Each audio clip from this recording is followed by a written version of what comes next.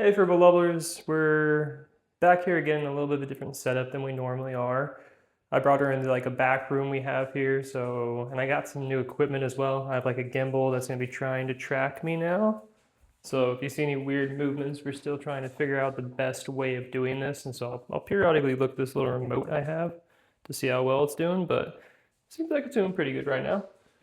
I also got a mic to try to just let you guys hear me a little bit better, and hopefully it's not as echoey, although I am in like a small room right now.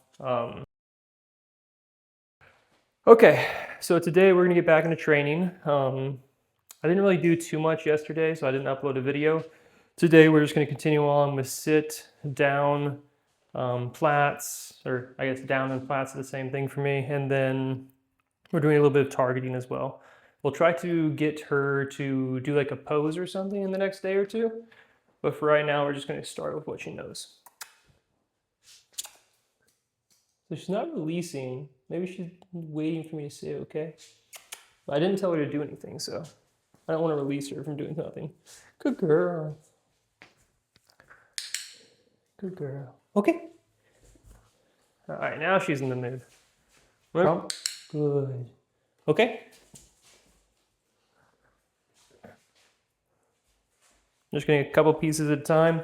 You'll notice I'm using my non-lure hand or my non-feed hand this time around. I guess that's like the more technically correct way to do things because you don't want them following the food, and you can probably start with the food and then kind of transition to the other hand, and it shouldn't be too hard for them. Run. Good girl. I'm pausing. Okay. Just a little bit of delay, had a little bit of extra difficulty. Well, good girl. No. So I was trying to get her into the down position, but she broke. Good girl.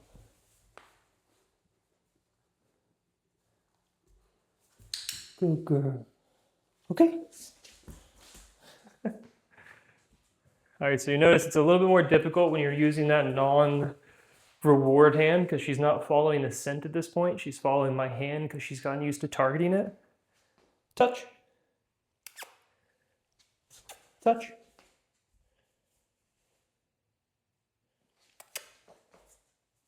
Good girl. Okay, so it's been a little bit since we tried to give her that command, so I use the command word touch. I probably won't again until she's a little more used to it, because once again, you only want to use that command word when you're confident that they are actually going to listen to you.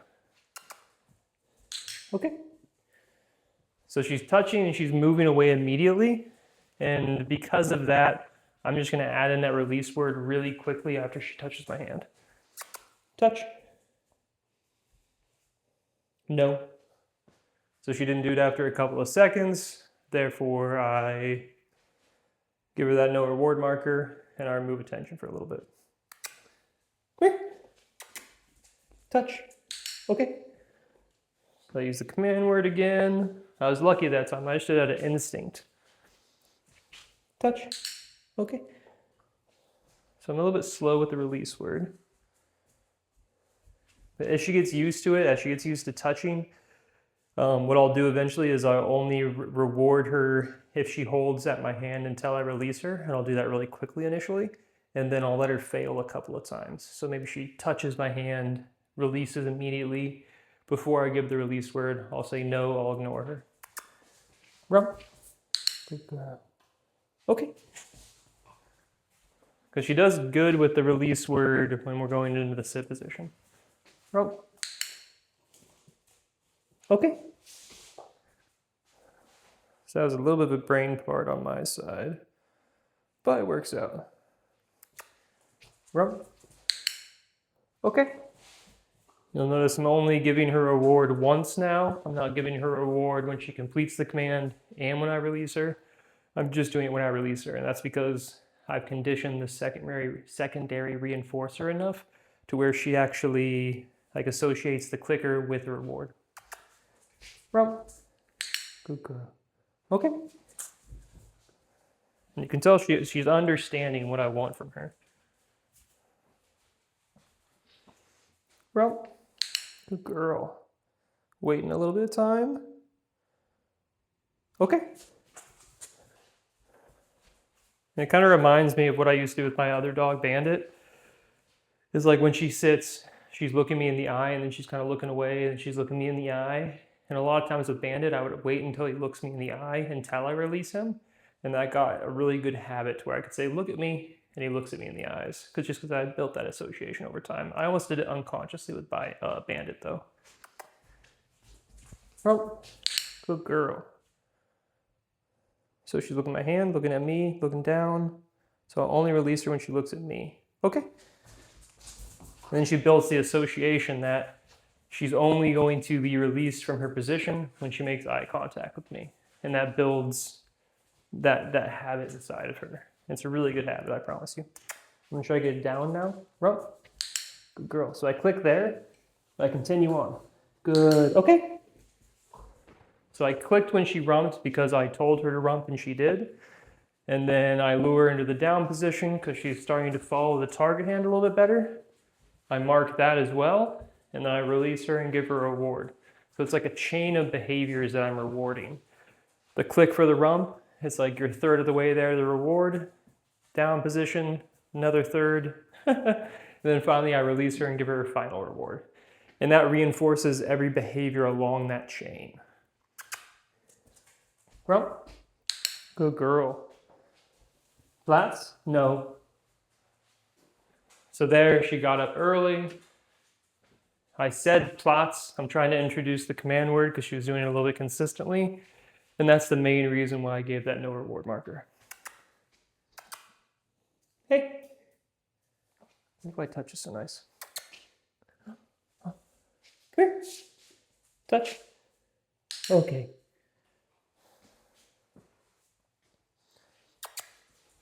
Touch. Okay. I need to click and then say okay to try to stagger it slightly. I'm saying it at the exact same time right now. Touch. Okay. That's a little bit better. It's surprisingly difficult. Touch. Okay. That was good. So right now, because she's releasing immediately, I'm going to give that release word immediately just so it encourages her to succeed because I want her to succeed. Touch. Okay. Touch. Okay. Touch. No. So I gave the command word, she disobeyed, I give the no reward marker, I remove attention. But now I want her to succeed, so I'll give her something a little bit easier. Rump. Good girl. Okay. And once again, only releasing her when she makes eye contact with me. Rump. Good girl. Eye contact, good. Okay. And now what I can start to do is like, this is what I do with Bandit kind of unconsciously, is just when she makes eye contact with me, I say like, look at me, and then I release her. So it starts to build up the association with look at me, that command essentially. It was just something naturally that I said to the dog, and then making eye contact with you. Rump. Good girl. Okay.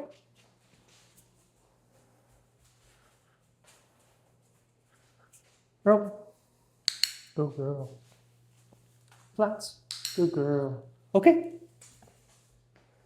So right now she's at the very beginning of learning plats.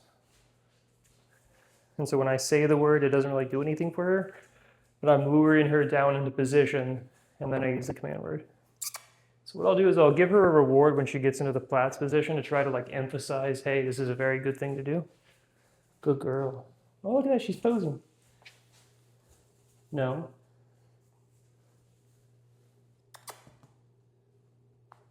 Good.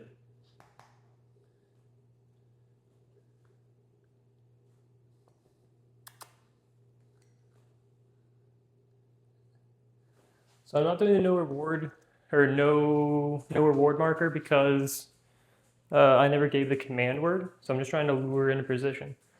And this is because I don't want her to fail too much, right? Good girl. Good girl. Yeah. Okay. So that was really good. And this is why you don't like introduce that command word too early. It's because then your dog's either going to disobey you a lot and you're going to ignore it, or you're going to have to give that no reward marker like very frequently. Good girl. Okay. So there she started to get up naturally. And so I just added that release word because I want to build that association. And she's searching. Rump. Good girl. Okay. And I'm mixing in just the normal rump command because you never just want to do the same command over and over and over again. You want to switch it around a little bit. It helps them remember what they're supposed to do.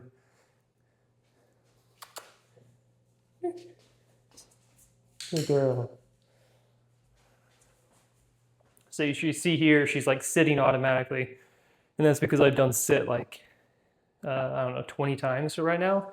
So she's just thinking, if I sit down, I get a reward. Not that she has to listen to what I say, and that's what earns her that reward. Touch. Okay. Touch. Okay. You notice I kiss a lot, and that's just honestly like an unconscious thing that I do. The really nice benefit about that is my older dog, when he could hear, I would just subconsciously like kiss at him, and I'd be like, hey, look at me, pay attention to me, something's going on. And it's been really, really helpful with him. So I encourage you to do something like that. Touch. Okay. So you see there, she went towards my hand. She didn't touch my hand though, so I didn't click. I just kind of ignored it because it wasn't completing the behavior that I wanted. Touch. Okay. Touch. Okay. Touch.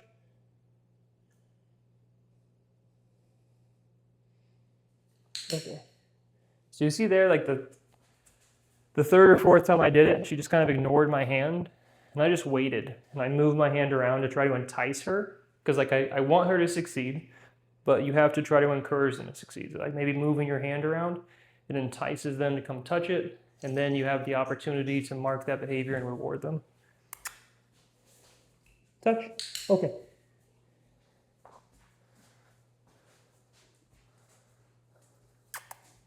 Rump. Good girl. Okay. Like bites my finger every time. Rump. Good girl. Good girl. Okay. So it took her a second there, but she got it. Rump. Good girl. Flats. Good girl. Okay. Good girl.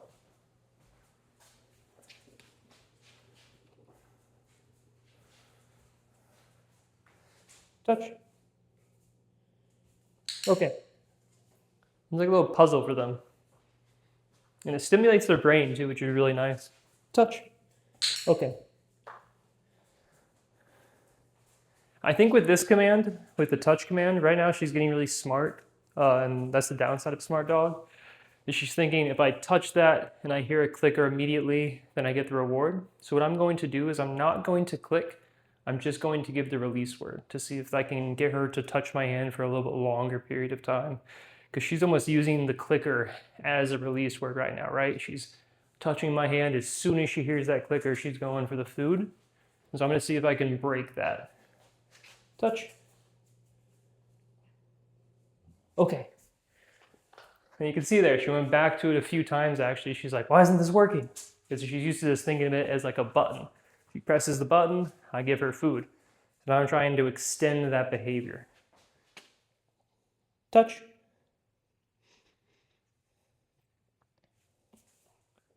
Okay. She's probably a little bit confused, but a little bit confused is good when you're training. Touch. Okay.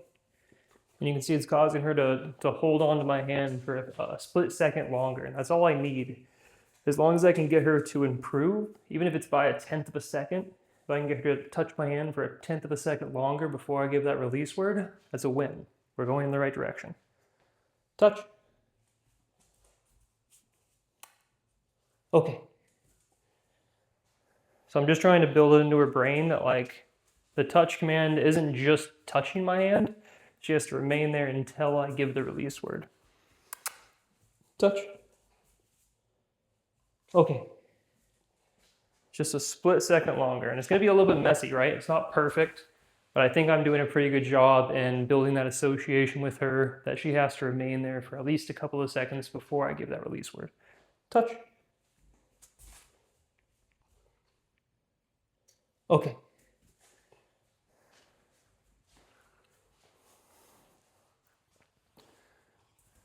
This is perfect. We're almost out of meat. Well, good girl. Waiting for her to look at me. Okay. Perfect. She looked at me. I released her. That's exactly what we want. Good girl. Flats. I wait for her to get all the way down. Okay. There's a lot of dogs, they'll get smart on you. And when they go into the down position, they'll get like halfway into the down position because they know they're just going to get back up again, right? So you just have to delay giving that reward and giving that marker until they're in the full down position. Maybe if your dog is having like struggling with getting into the down position, you can reward it if like, let's say they really don't want to get in the down position. If they kick one of their front legs out, like they're getting closer to the down position, you can reward that progress and then slowly increase the criteria for actually getting that reward. But with her, it's pretty easy to get her into the position, and so I don't have to do that incremental rewarding, which is good. It's a lot easier this way. Flats, good girl.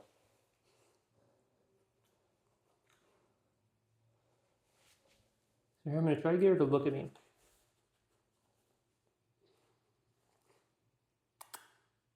Okay, good girl.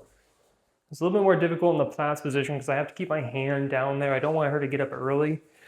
And if she would have started to get up early, then I would have given her the release word as she was getting up. But I really want to try to get her used to making eye contact with me before I release her. But it'll be progress, incremental. Touch. More. Okay. So once again, it's not perfect, but she's getting better at it. She knows that she has to stay next to that target hand for a little bit of time before I release her. Touch. More. Okay. And now I'm building in that word more, you'll notice. And I did the same thing with Bandit. It's almost an unconscious thing with me, where it's like I expect more out of this behavior. That means duration, quality, anything like that. And I'll just ask her for more. You know, she goes back to the hand and touches it. And then she gets a reward for doing that. And so she starts to associate me asking her to do more. Like, you're basically teaching your dog English. That's kind of the cool thing about this. Like teaching your dog how to understand like the word move. That's been really nice for me. Like leave it, that's really nice. And so like you can build that into everyday behaviors. You just have to do like consistent rewarding and try to like consistently use certain words with certain behaviors. And like you can full on teach your dog like, I don't know, maybe 20, 30 words that are gonna be extremely useful throughout the day.